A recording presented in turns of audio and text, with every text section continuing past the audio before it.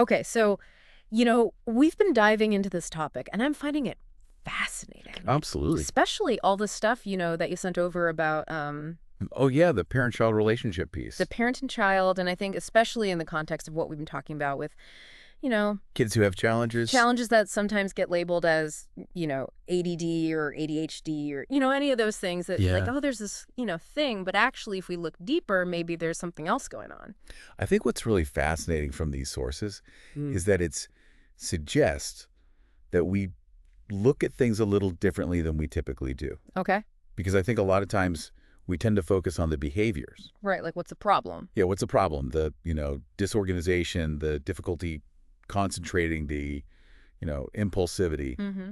But this material is suggesting that maybe we need to look at those outward behaviors as kind of a signal Okay. of some deeper emotional needs that aren't being met. Mm. And so I think the real key here is that shift Yeah. from looking at symptoms to understanding the underlying needs. So instead of just saying like, Right. oh, this is the problem that we need to fix. Exactly. It's like, well, why is this problem even happening in the first place? Exactly. And then how does that relate back to the relationship? Right. And I think that's the piece that's so powerful in these sources. Yeah, I think that's where we really want to focus this deep dive is Yeah. how do we take what we've learned from these sources and actually come up with some principles that we can apply to strengthen that parent-child bond and really foster the kind of development that we want to see. Exactly. And I think, a really good place to start is with Brian's story, Yes. which is so compelling. Brian is 11 years old, Okay. 5th grade, Okay. and his parents are really at their wits' end Oh, yeah. describing all kinds of difficulties that he's having. Yeah, it's like classic stuff that you hear, like the disorganization, the attention span, Yeah, short attention span. easily distracted. Distractible. Yeah. And then, But it went beyond that. oh, yeah, it was like the mood swings were intense. Yeah, there were big mood fluctuations. Yeah. You get really angry, Yeah. rage. And it's interesting because his mom even talked about how, Yeah. they felt like they were constantly walking on eggshells. Like, Yeah. they were always afraid of what was going to set him off. Right. And then even when they tried to, step in or help or guide him, it's like he would just shut down. He would shut down. He'd cover his ears. Literally cover his ears, yeah. Yeah. And she was saying, bedtimes were a nightmare. Yeah. School mornings were Yeah. a huge battle. And even just family meal times, which you think of as, Right. this time to connect, it was just like And it was so stressful. this point of tension. Yeah. So, and the initial advice that they were given, which I thought was really interesting, is hold off on any formal assessment or labels right now. Exactly.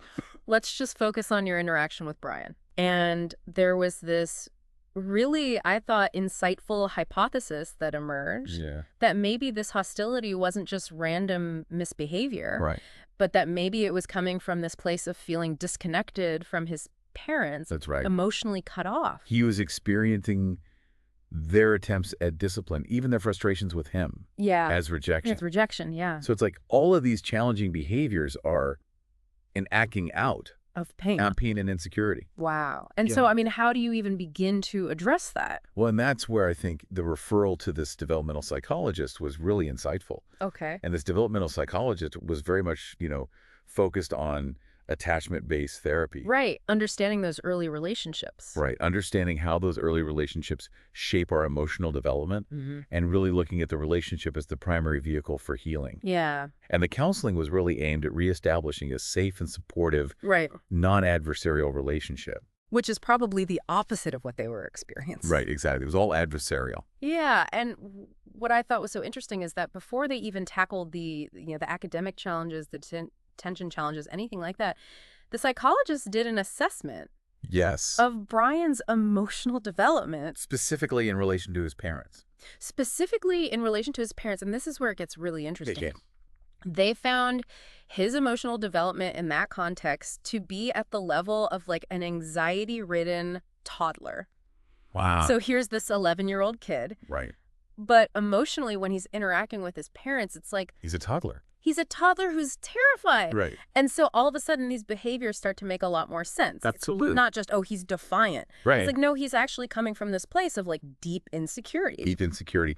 And so the question then becomes, what happens when they start to actually focus on that Right. that relational piece? Yeah, what changes did they see? Well, within about 3 months, Okay. his parents reported a really significant shift. That's encouraging. Those big blow-ups, those explosive outbursts, they pretty much stopped. Wow. And even when they did happen, they were much shorter. Yeah. Much less intense. Yeah. Again, even just like the daily friction points. Yes. Like the mornings and the bedtimes, those got a lot better too. That's a huge relief for everyone, I imagine. Yeah. So it's interesting that just focusing on that relationship started to really shift things in a positive direction. Yeah. But it's important to say, like, that doesn't mean all of a sudden Brian's challenges with attention and organization just disappeared. Right. Like those were still there. Absolutely. But there were other really positive changes that happened as well. Totally. Like he became much more motivated. Okay. He seemed more resilient. When he hit a setback, he didn't just like completely fall apart. Yeah. And he was more willing to accept help from his parents. Wow, that's huge. Yeah, he was even able to like admit when he was struggling without feeling like the whole world was against him. That's a sign of maturity for sure. Right. And that's like a huge emotional step for a kid to be able to do that. I think it speaks to this idea that when a child feels safe and understood and connected, they are more able to face their challenges. So it was around this time that the idea of medication came up. Okay. And I think it's interesting that the source material points out that the parents had different opinions on this. That's interesting. Yeah, the dad was leaning towards trying medication, you know, maybe as a support. Yeah. But the mom really felt strongly that they should keep focusing on building the relationship. Right. And building Brian's self-esteem. Okay. And just see how things went. Yeah. For a few more months, you know? I think it speaks to this idea that even when medication might be part of the equation, that connection, with that relationship is so essential for long-term well-being. You can't just medicate your way out of a relationship problem. Exactly. And the source material makes this really interesting point about kids who, you know, are often described as having ADD. Okay. It says they're often highly sensitive to the negative things in their environment. Yeah. You know, like stress or, you know, tension or criticism. But they're also highly sensitive in a positive way. Oh, interesting. To nurturing and support. So that same sensitivity that can make them vulnerable is also an opportunity for growth. Right. So Brian was super reactive to, you know, his parents' anxiety or frustration. But he also like totally blossomed when they were able to create that more secure and accepting environment. Yeah. And it's interesting, the source points out that he was actually like a really warm and affectionate kid, which is something that they say, you know, is not uncommon for kids with these kinds of challenges. Yeah. So he wasn't like, you know, this difficult child. Right, At his core, he was actually like really loving, but he needed that right environment to thrive. And the changes in him were pretty dramatic. Like he showed some surprising emotional growth. Yeah. It's amazing how much of a difference it made. In a pretty short period of time. And I think this brings us to a really foundational principle that is emphasized in these sources, which is that regardless of whether or not medication is used, what parents do to emotionally draw their child closer is going to be more important than anything else. In the long run. In the long run. Right. Like the actions speak louder than the pills. Exactly. And this idea really resonated with Stanley Greenspan's concept of wooing the child into relationship. Yeah, that's a beautiful phrase. Wooing the child. Wooing the child into relationship. Into relationship, yeah. And the source really stresses that this secure attachment forms the bedrock. The foundation. The foundation upon which everything else is built. You know, if you try to do all the learning strategies and the behavioral stuff, but the relationship is not solid. Yeah. It's like you're trying to build a house on sand. You've got to have that solid foundation first. Exactly. And then the source goes on to talk about 5 principles. Can be really helpful. In restoring and solidifying this attachment. Yeah. And it's important to say these aren't just for kids who, you know, have been labeled with ADD. Right. These are actually like foundational principles for working with any child. Especially children who are struggling. Especially children who are struggling. So let's dive into them. The first principle is the parent takes active responsibility. And the phrase that they use is invite the child. Invite the child. And the idea here is that parents need to enthusiastically and genuinely invite their child into connection and relationship. Every day. Every single day. And not just through words, but through their actions. Yeah. It's not enough to just say, I love you. Right. You have to show it I've got to show it. with your time, your attention, Yeah, your presence. your presence. And the goal here is to really foster that child's self-acceptance.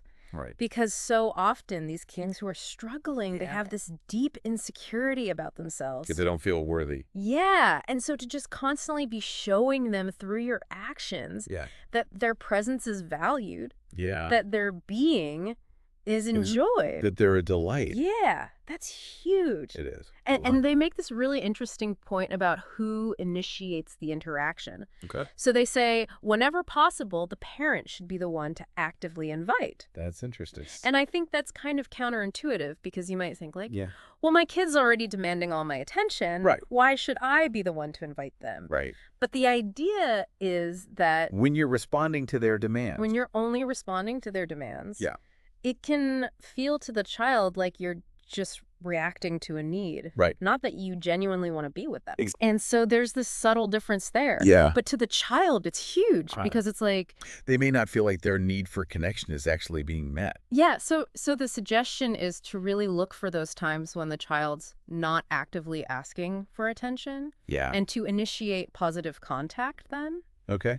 Or even when you are responding to a request. Yeah. You know, like if your kid asks to play a game... to really amp up the enthusiasm and make it feel like you're inviting them. Like they're the one doing you a favor. Yeah, almost like they're the one doing you a favor. Oh, I love that. You know, like, oh my gosh, that's such a great idea. Yeah. I was just thinking about how we could spend some time together. Yeah. I'm so glad you asked. I'm so glad you thought of that. Yeah, and it's really about shifting that dynamic so that the child feels like they're being invited into something special. They're wanted. Yeah, they're wanted, they're enjoyed. Just for being them. Just for being them. Not for doing anything. Not for achieving anything. Yeah. And I think that analogy of wooing is so helpful. I love that analogy. Because it really emphasizes that intentionality. Yeah. Like you're not just passively parenting, you're actually actively pursuing a relationship with your child. Pursuing connection. Yeah. Yeah. Okay, so principle number 2. The parent does not judge the child. Okay, this is a big one. And the actual like technique is so simple. It's like avoid pointing out false mistakes, shortcomings. Don't criticize. Don't criticize. But it's so much easier said than done. I know. But the goal here is to increase the child's sense of security and to reduce shame. Shame. And the source material talks about how shame is so pervasive for kids with these kinds of challenges. It's this deep sense of unworthiness. Yeah, and it can manifest in so many ways. It could be like those self-deprecating statements like, I'm so stupid, I'm such a loser. Or it could be like a denial of their negative contribution in a conflict. Right, they just blame everyone else. Yeah, and the thing about shame that I think is so important to understand is... It's not logical. It's not logical. You can't argue someone out of shame. You can't, you can't be like, right. Well, actually, you're really smart. It doesn't work. Or, you know, you actually did contribute to this problem. Right. Because shame is not about logic. It's an emotional experience. It's an emotional experience. And so trying to counter it with logic doesn't work. And the best way to deal with shame is to not feed it. Don't feed it. Right. Don't give it any more power. Don't say anything that's going to make that child feel worse. Yeah. And criticism coming from a parent. Especially from a parent. Is like the worst thing you can do because you're that primary attachment figure. The person they depend on for love and security. And even if we don't consciously intend to be critical. Right. You know, our tone. Our tone of voice. Our body language. Our facial expressions. That can all communicate criticism. And children are very attuned to that. Oh, yeah. And the source material makes this point that, you know, the emotional processing centers in our brains are wired to interpret a critical tone as rejection. As invalidation. Yeah. Which just feeds the shame. Which just feeds the shame. And so it's like, even if your intention is to help the child, you know, learn a skill or address a behavior. If you approach it from a critical place. If you approach it with a critical tone, it's like. It's going to backfire. It's going to backfire. So it's so important to approach these situations with warmth and empathy. With sensitivity. With sensitivity. Yeah. And sometimes, especially if the relationship is already feeling kind of strained.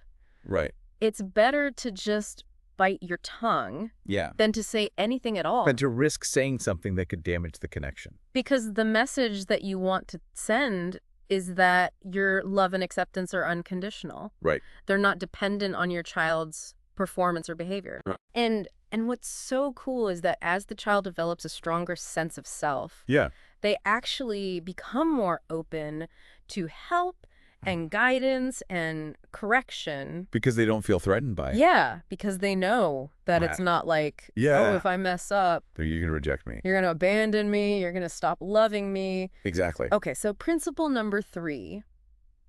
This one might seem a little counterintuitive. Okay. The parent does not overpraise the child. Don't overpraise. Don't overpraise. And the technique here is to give praise, but in a measured way. Okay. And to really focus on reflecting back the child's own feelings about what they accomplished. See, so more about their internal experience than your evaluation of them. Yeah. Okay. Because the goal is to reinforce this idea that their worth isn't tied to their achievements. Right. It's about who they are, Yeah. not what they do. And this reminds me of what Gordon Neufeld talks about. Oh, yeah. With the acquired self-esteem Acquire self-esteem. versus true self-esteem. Yeah, and the source material actually quotes him. Yeah. It says, we shouldn't build our children's self-esteem on how physically attractive or socially popular or intellectually smart they are, or how well they perform academically. Or athletically gifted. Right, or athletically gifted, because all of those things are like so external. Right. They're fleeting. They're fleeting, yeah.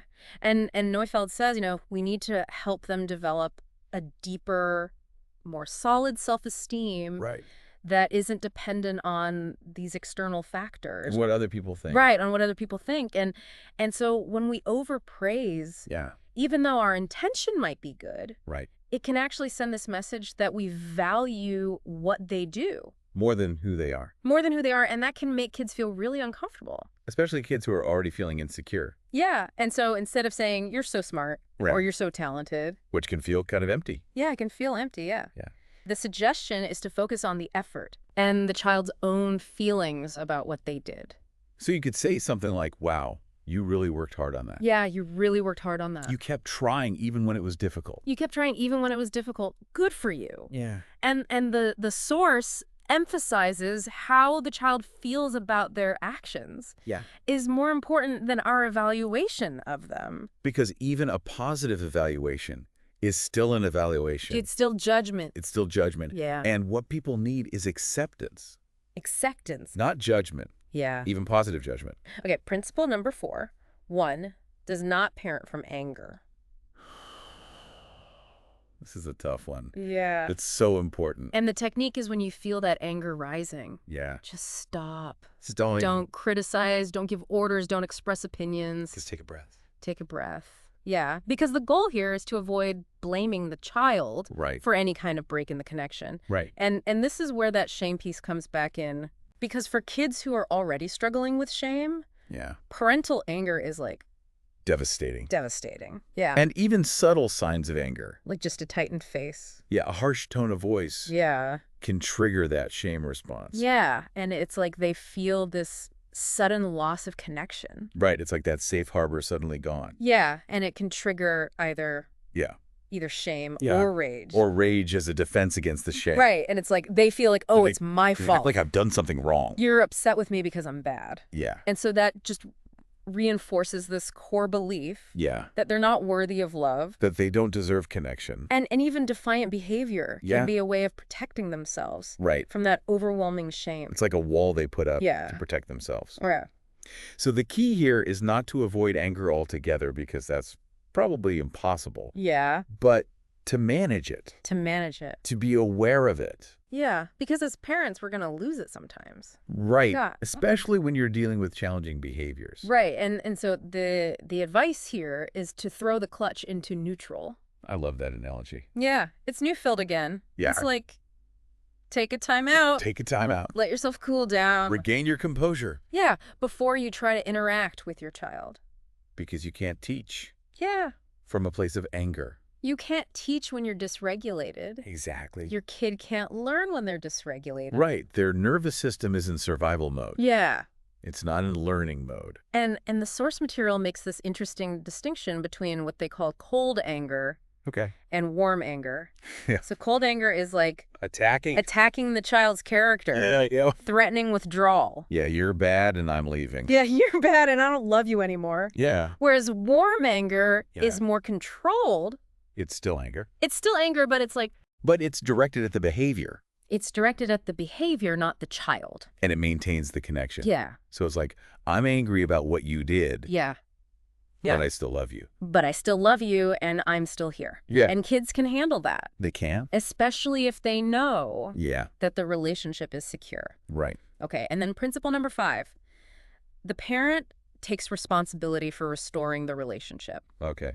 And this one is so important. Yeah. The advice is don't wait for the child to reestablish contact Okay. after a conflict. So you're saying the parent should make the first move. The parent should make the first move. Okay. And the reason is because you want to show the child that that attachment is stronger than anything. Right. It's stronger than their behavior. It's stronger than your anger. It's stronger than any disagreement. It's unconditional. It's unconditional. Yeah. And we have to remember as parents that we're going to mess up. We're human. We're going to make mistakes. We're going to lose it sometimes. We're going to lose it sometimes. And that's okay. That's okay. As long as it doesn't happen all the time. As long as it's not like a constant pattern. Right. And the problem is when we make the child feel like they have to earn back our love. Right. Like they have to apologize. Yeah. Or they have to do something to prove. To prove that they're worthy. Yeah, that they're worthy. And that can actually lead to more resentment. Yeah. It's going to lead to humiliation. Yeah. Not genuine remorse. And so the idea is that nothing the child does should fundamentally threaten the relationship. Right. So they shouldn't have to like work to get it back. Exactly. So if the parent has messed up, the parent has lost their temper, it's the parent's responsibility to repair that. To rebuild that bridge. Yeah, to rebuild that bridge. And it doesn't have to be some big elaborate apology. Right. But just acknowledging what happened. Yes. Trying to understand the child's feelings. Really listening to them. Really listening to them without getting defensive. Without justifying your behavior. Yeah, because what you're modeling is that the relationship matters more than anything else. It's more important than being right. Yeah, and that you're willing to put in the effort to repair it when it's been damaged. And you're also modeling that it's okay to make mistakes. Yeah. And to repair them. And it's like you're teaching them about the long game. Right. You're teaching them that like, yeah, we had this conflict. But we can move forward. We can move forward. We can grow from it. We can grow from it. We can heal. So I think what's so clear from these sources is that building a strong, secure, nurturing parent-child relationship is not just a nice idea. It's essential. It's essential. Especially for kids who are facing challenges. Yeah, and it's not just about,